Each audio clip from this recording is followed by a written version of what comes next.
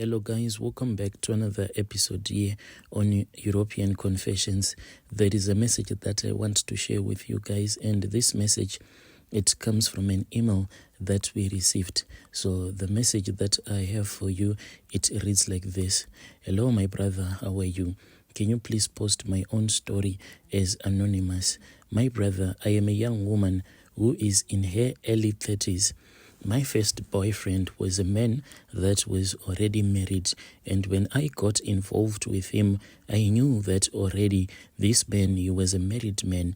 And if it was that this man, he was just a married man, at least it was going to be far much better. Maybe I could be living without having a lot of guilty conscience inside of me. But the woman that I feel so sorry, it is this pastor's wife. I feel so sorry for her because after I had dated this man for several years, I then started to know that this guy, he was into dating a lot of women. He does not get satisfied. He dates a lot of women, and I do not know. Maybe these are some of the hidden rituals that he does. There were some rituals that he exposed himself to me so that I can know some of the rituals.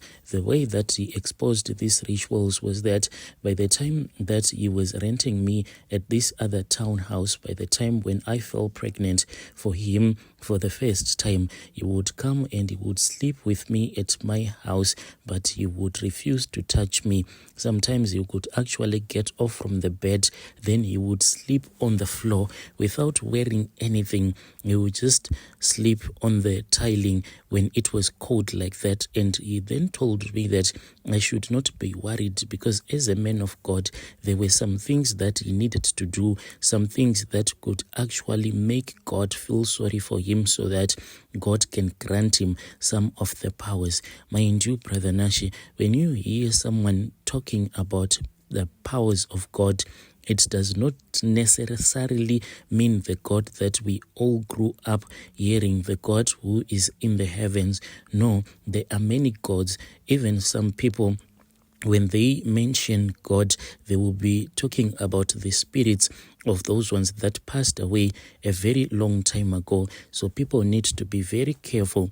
So when I was dating this pastor, each and every time when he would say that he's God, he never meant like the God who is in heaven. He would actually mean this other God. It is an Indian God. That is the God that he believed in, the God that used to give him a lot of powers. So this God used to punish him, and by that God punishing him by sleeping on the cold floor without wearing anything when it was really cold during the winter season, then the God at the end of the season will feel merciful for him so that when summer comes up again, then his powers can be renewed. And this man that I was dating, even in his church, he makes sure that during the winter seasons, he actually doesn't preach. Most of the times, there will be a lot of guest pastors because at that time, he would be very weak and he can be exposed very easily because his powers would have been stripped off from him. That is how he ended up exposing himself to me. And there were a lot of other rituals that he used to do in front of me, like he would pray whilst he would be facing in the direction from where the sun rises. And he would say that when the sun will be rising up, he loved to pray just before dawn when the sun will still be glowing just before its sunrise. Then he would say that by praying like that facing the sun, he was getting a little bit of powers. The way that I started dating this church pastor, my brother, it was really funny. The day that I attended this church, then when I went to the front after he had given an altar call, I then rushed to the front because I had loved the way that he had preached on that day. And I didn't know that as I was walking to the front, he was already lusting after me. And it never came to mind that this man who was as old as my father, much older than my father, would end up lusting after me because when I compare myself to his third born daughter, me and her, we are the same age and we used to be the best of friends because she and her mother, they never knew that I was sleeping with her husband. So lately I've been trying to heal and to ignore her, as well as ignoring her father. After all that happened between me and that pastor, it is just for me to understand what exactly happened. Now that I gave birth to 2 of his kids, I just want my kids to grow up in a safe environment. I do not want him to be around my boys. At the beginning of our relationship, it was a matter of him having an energetic young lover. It was sort of like a transactional relationship. Each and every time when I would be with him, the next morning he would give me some money. But I have regrets with all the things that he made me to do. I only had attended his church once, and like I told you, that when it was time for the altar call, I then went to the front and he prayed for me, and he prayed and he prayed. When it was time for us to get out of the church, as I was walking back home, one of the ushers rushed to me and gave me a piece of paper. On that piece of paper, there was a phone number. I then saved that phone number, and when I was on WhatsApp, as I was scrolling through my contacts, I then saw that the profile picture on that phone number was the profile picture of that pastor of that church that I had gone to attend. So I just started saying hi. Then I realized that it was the pastor who was now talking to me, and he already knew that it was me who was speaking with him. We started talking, and in the end we started dating. But it was like he had a remote control wherever he was at. He was able to see what I was doing, to control my life. First day, he said, "You are really cute." This was like the first time when I was speaking with this pastor. When he said that "you are really cute," this didn't sit well with me, because I said that this man, it means that he is not a man of God. After I had blocked him, he called me several times, and when I saw that he kept on calling me, I then picked up the call, because I wanted to tell him that otherwise, if he kept on calling me, I was going to expose him. He then apologized over that call. He said that this was nothing but the work of the devil that was trying to stop him from giving me the true prophecy. He said, "Let us pray about this." I said, "Right now?" And he said, "Yes." And when he said, "Let us pray," it was in the evening. So as we were praying, this was over that call conversation that we were having. And as he was praying, he started saying some things in Arabic. But some of the things, even though I can understand Arabic, those things that he started saying when he started praying for me, I could not understand. And he said that God will visit you tonight. This again, he said it in Arabic, and I understood everything that he had told me.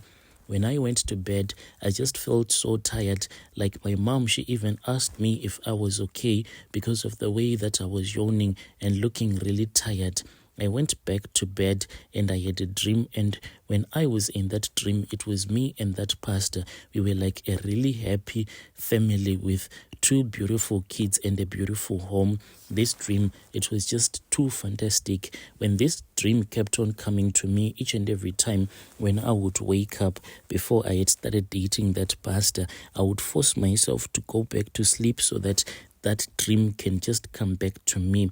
What I didn't know, my brother, was that I was actually inviting demons into my life. So that usher who had once connected me to that pastor, she always encouraged me to tell her all of my dreams. Each and every morning, she will say hi, and she will say, "Did you have any dreams?" And she used to tell me some of her dreams, which I suspect that they were just lies. She just wanted to collect some information from me.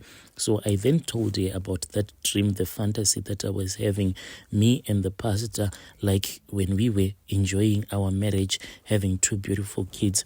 Then that usher started encouraging me, and he said that whenever you have that dream, if it happens that you wake up, try by all means to make sure that you go back to bed so that you can enjoy your dreams. This was quite strange to me, because she was encouraging me to tell her everything, and she kept on saying that pray for this dream to come true. But I said, how can I pray for someone's husband to be mine? How can I do such an evil and a cruel thing to the pastor's wife? And she said, even in the Bible, it happened. And she told me one day that God had finally decided to bless me, and he was going to bless me, and I was going to become the pastor's wife. And she told me a lot of stories about the pastor's wife, but they were all just lies. They were just painting the pastor's wife with a very bad paintbrush so that I can totally fall in love with the pastor. The more that I started dating that pastor, the more that everything started becoming strange. He told me that I should find another church, but I should regularly come to his church, but I was not supposed to come to his church at all the times. He selected the church that he wanted me to go to. So this church, it was out of town. He even sacrificed to have me get a driver's license, and after that, he then bought a very small car for me. At that time, I had fallen pregnant for him, and I was already staying at the townhouse where I was staying when he had been renting for me. My brother, when I was pregnant like that, each and every time when I'll be having some dreams, I would actually see the pastor, the one who was leading the assembly at the church where I was now attending. That pastor, he would call me as if he was really innocent, and when I would get inside the church, everything will just transform.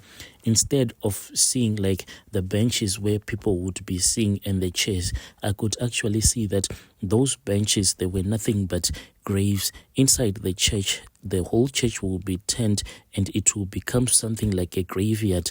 Then that pastor, he will start pushing me towards this other grave, and this grave, it was an empty one. And instead of him pushing me into that grave, he would actually pull the baby out of my womb and throwing it into that empty grave. Then I would wake up. When I would wake up, my brother, I'll be having sweat all over my body, feeling really hot, and I could not even manage to fall asleep. With everything that happened, my brother, one day when I was just driving out of the house, I then felt that there was something that was coming out. I called that pastor, the one that I was dating, and I told him that I was not fine. He rushed over to the place where he was renting for me, and he then saw that my waters had already broken. Instead of him taking me straight to the hospital at that time, he then called one of his congregants who was a doctor. That doctor was the one who came and assisted me, and I actually delivered a baby. For a few seconds, that miscarriage that I had, I could actually see that the baby that was inside the placenta, the baby was still breathing, but when it came into the world, since it was really young, it then just passed away. From there on, that was when an ambulance came. I was really not that much conscious at that time. I don't know if they took me to the hospital with the ambulance or what. All that I know is that when I arrived in the hospital, they had already taken like that fetus, the one that I had just given birth to in that miscarriage. They said that they were going to place it in the mortuary, and I never got the chance to set my eyes on the baby that I carried for the first time. They said that it was not possible for the hospital to show me the baby, the one that I had in that miscarriage. My brother, from there on, I stayed for a little longer with that guy. So this guy, what he used to do is that he had this, most of the pastors, they use these handkerchiefs, the ones that they use when they will be wiping off their faces. That man that I was dating, he actually had 12 of these, and all of them, they were handmade there in India. So the first time that I had a proper look at those first clothes that he used to have, the face towel, I saw that inside that face towel there was something that looked like a small design at the spot where it was placed on that face towel. If you could just regularly look at that face towel, you won't even notice that there was a symbol that was there. But if you would look at it properly, then you would see that there was a little symbol that was there. It was the symbol of a rising sun. So when I started connecting the dots, I then started to notice that there was a pattern with the things that this guy used to do, like the way that he used to pray while he would be facing in the direction of the sun, where the sun rises up. And I saw that that was the same symbol that I was now seeing on one of his face towels. So about these face towels, the ones that he would use each and every time that he will be preaching, I noticed that there were 12 in total, and all of them, they were handmade there in India. He would actually get on the private jet and he would travel all the way to India so that he can just get those 12 towels. When I fell pregnant for the first time, I was still very desperate and I needed him to help me in life. But after I had given birth to my 2 boys, my brother, when I looked at them whilst I was still in the hospital, I said that it is far much better for me to be poor than to let these kids of mine to be close to this man who had robbed me, who had made sure that I cannot enjoy love, because this man, he actually controls you. The way that he controls you is he makes sure that the phone that you will be using, it will be linked to him. Like if you take a picture, immediately he can actually see those pictures, and each and every time that you are with him, he would be searching through your phone and accusing you of being a prostitute.